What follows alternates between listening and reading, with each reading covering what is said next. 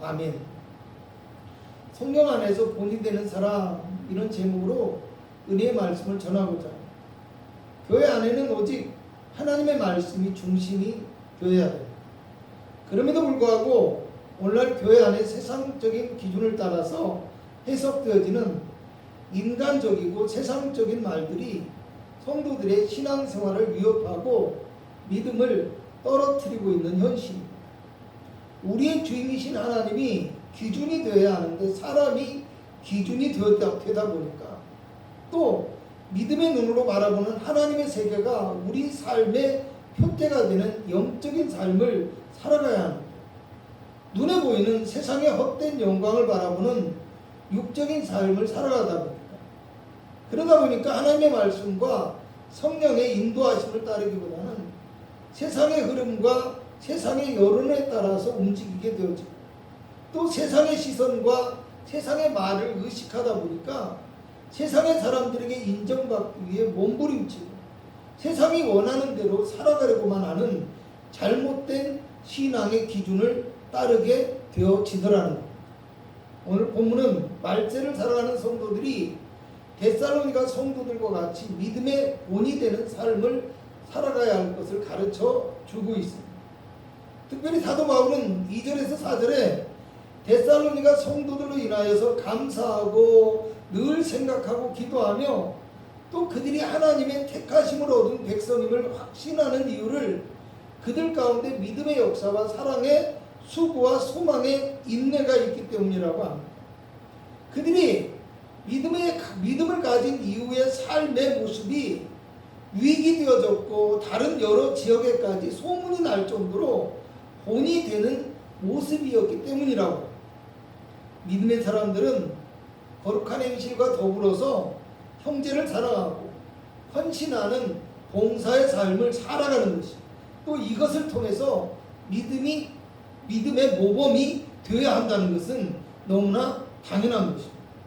그러나 우리가 절대로 놓치지 말아야 할 것은요, 오늘 사도 바울이 데살로니가 성도에게 주를 본받는 자가 되라 이렇게 얘기했고요, 모든 믿는 자의 본이 된다라고 얘기를 했고요, 믿음의 소문을 들은 것, 믿음의 소문에 대한 것을 이야기하고 있다. 할렐루야. 세상의 원리나 기준에 따른 것이 아니라 하나님의 말씀을 따르고 예수 그리스도의 십자가를 본받는 것이고요, 믿음의 삶을 살아가는 사람들을 말하고 있다라는 것입니다. 오늘 본문 6절을 함께 읽어봅니다. 또 너희는 많은 환난 가운데서 성령의 기쁨으로 말씀을 받아 우리와 주를 본받은 자가 되었으니. 데살로니가 성도들이 지금 많은 환난과 고통 가운데 있지만 성령 안에 있는 기쁨으로 말미암아 모든 것을 이기고 주님을 본받은 삶을 살아가고 있다는 말이에요.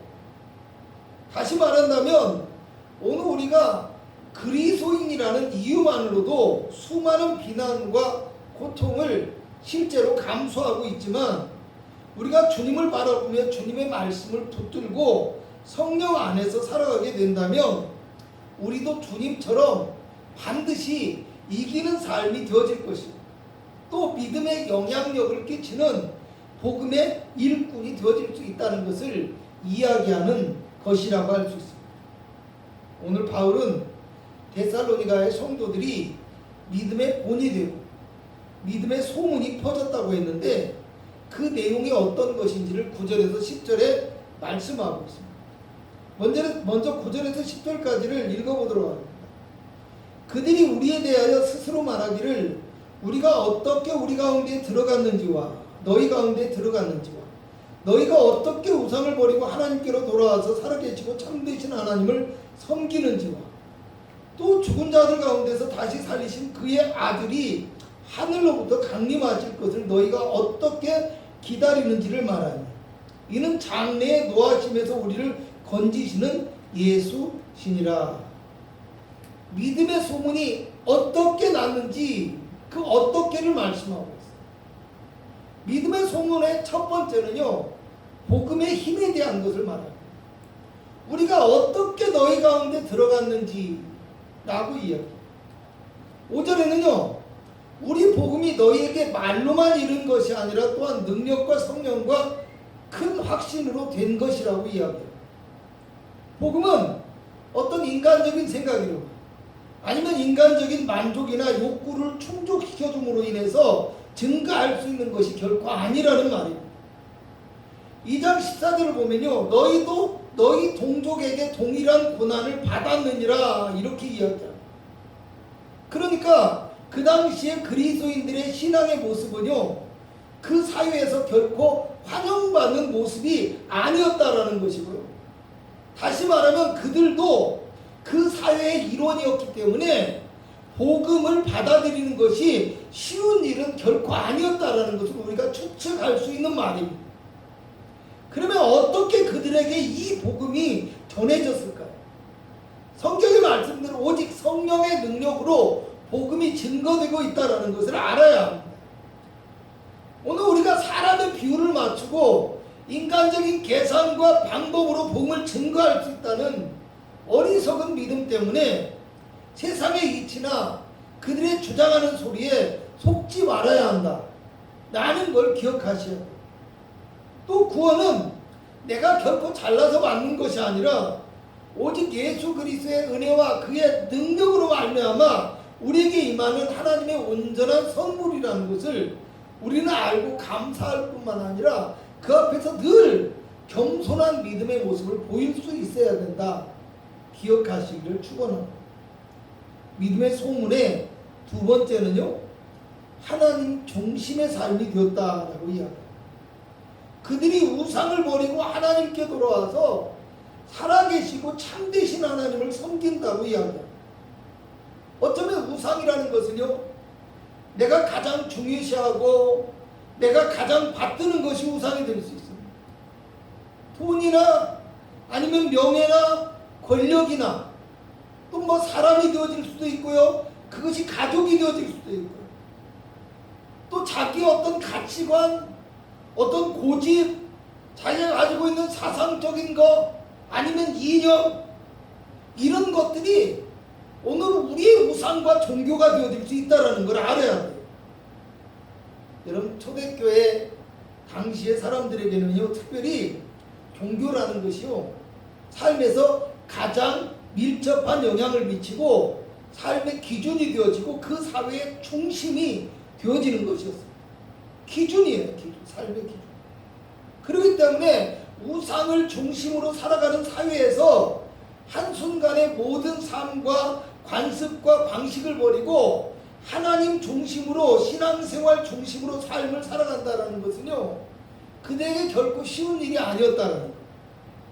오늘날도 마찬가지예요. 믿음을 가진 사람이 세상의 삶의 방식을 버리고 이전의 삶의 방식을 버리고 그리스도 중심의 믿음의 삶을 살아가는 것이 어려워요. 그리고 큰 결단이 필요하다는 것입니다. 그런데 오늘 이 데살로니가의 성도들은 살아계시고 참되신 하나님을 확신하고 있었다는 거예요. 그 살아계시고 참되신 하나님을 믿었기 때문에 오직 그들은 하나님의 중심의 삶과 십자가 중심의 삶을 살아갈 수 있는 진정한 회개와 거듭남의 모습이 그들 가운데 있었다라는 말입니다. 믿음의 소문의 세 번째는요, 그들이 재림의 소망을 가지고 살았다는 거예요. 그리스도가 하늘로부터 강림하실 것을 너희가 어떻게 기다리는지를 우리가 들었다라고 얘기해요. 천국을 바라보는 믿음이야말로 신앙생활의 진정한 원동력이 된다는 것을 우리는 늘 잊어버리지 말아야 합니다. 지난 시간에 말씀을 전하면서, 희망에 대한 말씀을 전하면서요, 천국의 소망을 영광스럽고 영원한 희망이다 이렇게 말씀드렸습니다. 우리 신앙생활의 근본이자 최종의 목표이고 반드시 이루어야 할 소망이 무엇이라고요? 천국의 소망이다.